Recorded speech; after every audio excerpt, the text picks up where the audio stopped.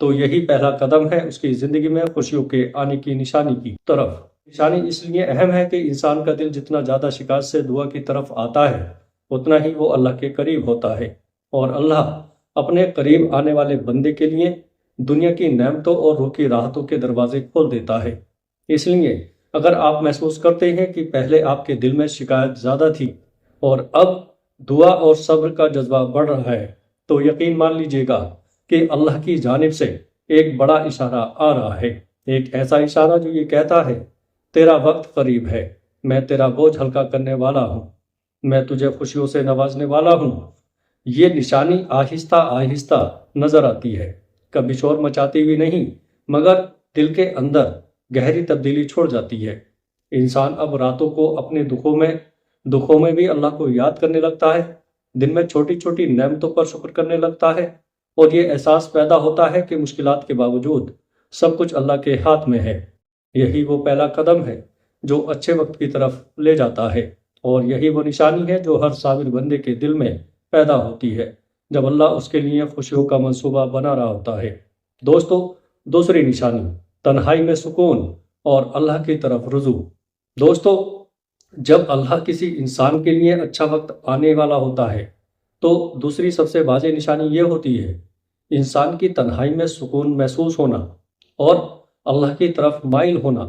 یہ نشانی بہت نازک اور دل کو چھو لینے والی ہوتی ہے، کیونکہ اگر انسان تنہائی کو تکلیف سمجھتا ہے، اسے خوف لگتا ہے، وہ کوشش کرتا ہے کہ لوگوں میں گھرا رہے تاکہ دکھ چھپ جائے، دل ہلکا ہو جائے۔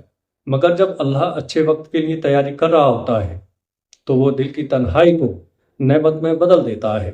اس کیفیت میں انسان رات کے اندھیرے میں جاگ کر سوچنے لگتا ہے، خاموشی میں اپنے رب کو یاد کرنے لگتا ہے، دل کے دکھوں کو سجدے اور دعا میں بدلنے لگتا ہے۔ پہلے وہ تنہائی اسے بے سکونی دیتی تھی، اب وہی تنہائی دل کے سکون کا ذریعہ بن جاتی ہے۔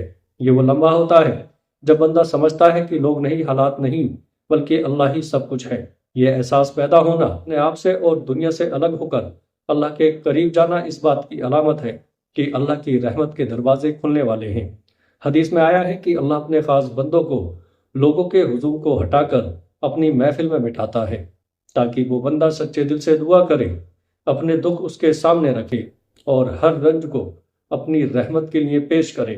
دوستو، یہ تنہائی سزا نہیں بلکہ ایک برکت ہے۔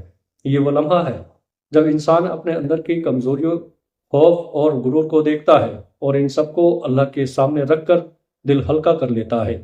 قرآن ہمیں سکھاتا ہے کہ اللہ کے ذکر میں دلوں کو سکون ملتا ہے۔ دوستو، یقیناً اللہ کے ذکر سے دلوں کو سکون ملتا ہے۔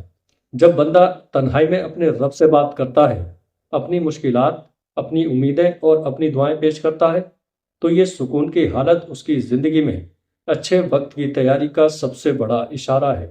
دوستو، یہ نشانی اس لیے اہم ہے کہ اچھا وقت صرف بیرونی حالات میں خوشیاں لانے کے لیے نہیں آتا، بلکہ انسان کے دل اور روح میں بھی سکون لاتا ہے۔ جب انسان تنہائی میں اللہ کے ساتھ وقت گزار کر اپنی کمزوریوں کو پہچانتا ہے، صبر اور دعا کے ساتھ اپنے دل کو سنبھالتا ہے، تو سمجھ لیجئے گا کہ اللہ اس کے لیے آنے والی خوشیوں کے راستے آسان کر رہا ہے۔ یہ وہ کیفیت ہے جو انسان کو اندر سے مضبوط بناتی ہے، اسے اللہ کے قریب کرتی ہے اور زندگی کے ہر دکھ کو اسے نعمت میں بدلنا سکھاتی ہے۔ دوستو، اس نشانی کو مزید گہرائی سے سمجھنا بہت ضروری ہے۔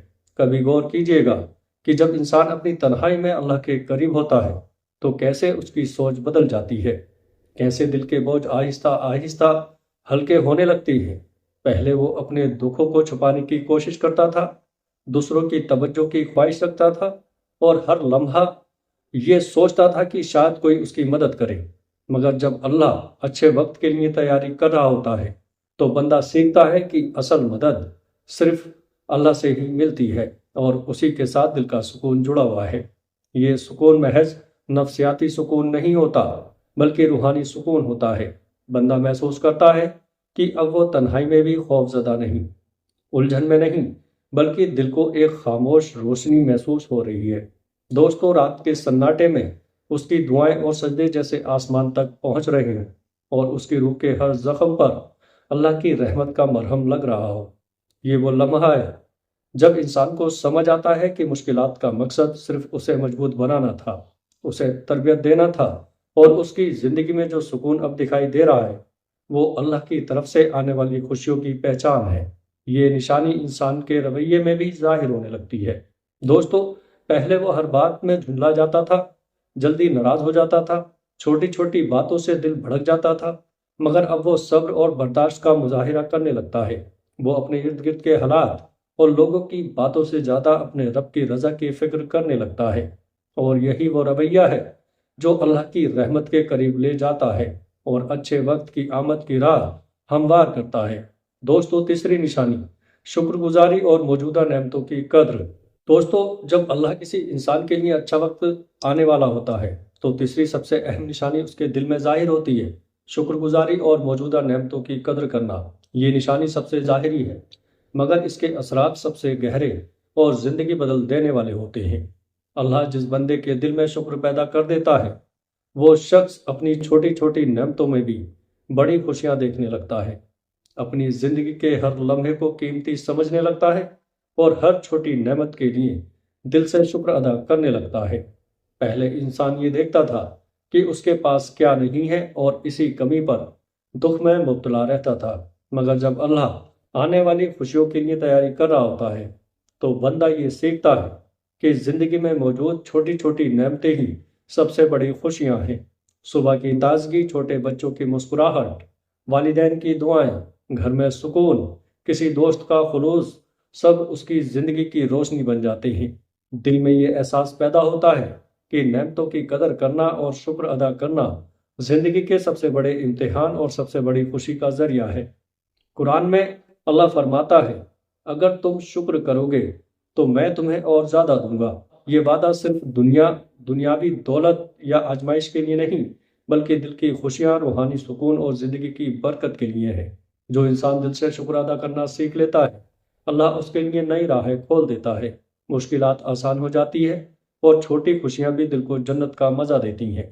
یہ نشانی اس لیے بھی خاص ہے کہ یہ انسان کی نظر اور سوچ کو بدل دیتی ہے۔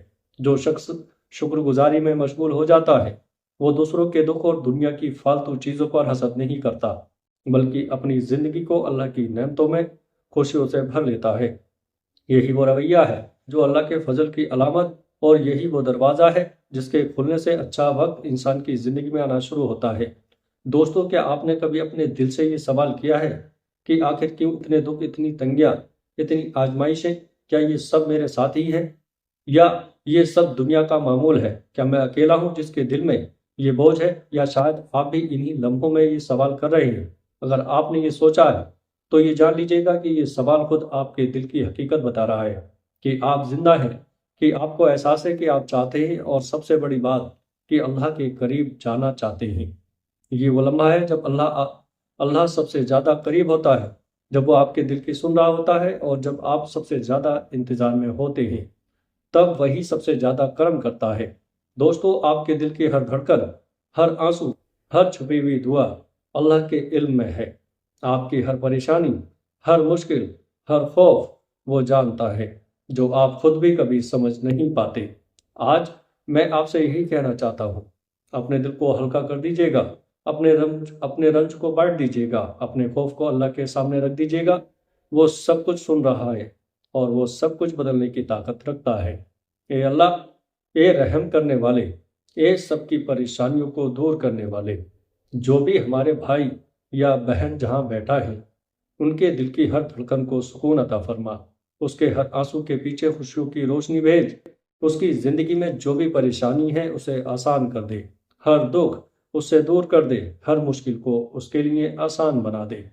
یا اللہ، جو بھی یہاں دل کی باتیں، مشکلات یا مسائل کمنٹ میں شیئر کرے، ان سب کے حالات کو بہتر کر دے، ان کے رشتے مضبوط کر دے، ان کی صحت و رزق میں برکت دے، اور ان کے دلوں کو ایسے سکون سے بھر دے کہ وہ ہر لمحہ تیری موجودگی کو محسوس کریں۔ آمین۔ دوستو، اگر یہ پیغام آپ کو اچھا لگا ہو تو آگے دوستوں میں شیئر ضرور کریے گا۔ السلام علیکم ورحمۃ اللہ وبرکاتہ۔